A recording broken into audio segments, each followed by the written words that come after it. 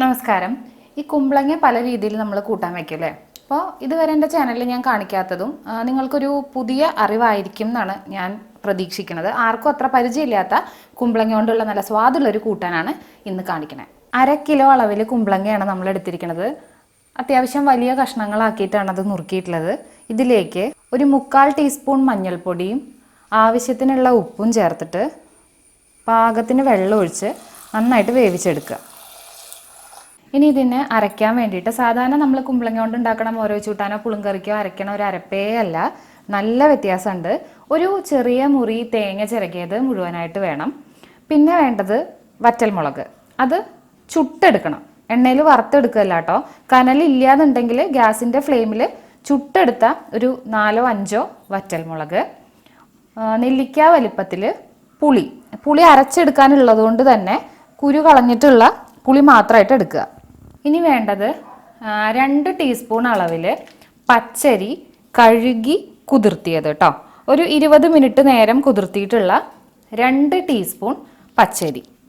ഇത് അരച്ചെടുക്കണം. അത് കുറച്ച് വെള്ളം ഒഴിച്ചിട്ട്, ഒരുപാട് വെള്ളമല്ല, കുറച്ച് വെള്ളം ഒഴിച്ചിട്ടൊന്ന് അരച്ചെടുക്കണം.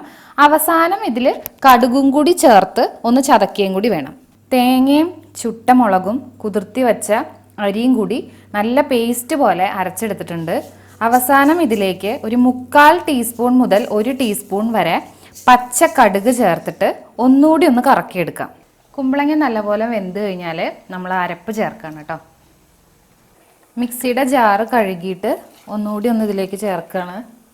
നേരത്തെ നമ്മൾ കഷ്ണത്തിലേക്കുള്ള ഉപ്പേ ഇട്ടിട്ടുള്ളൂ, ഇപ്പോൾ കുറച്ചുകൂടി ഉപ്പ് ചേർക്കുക.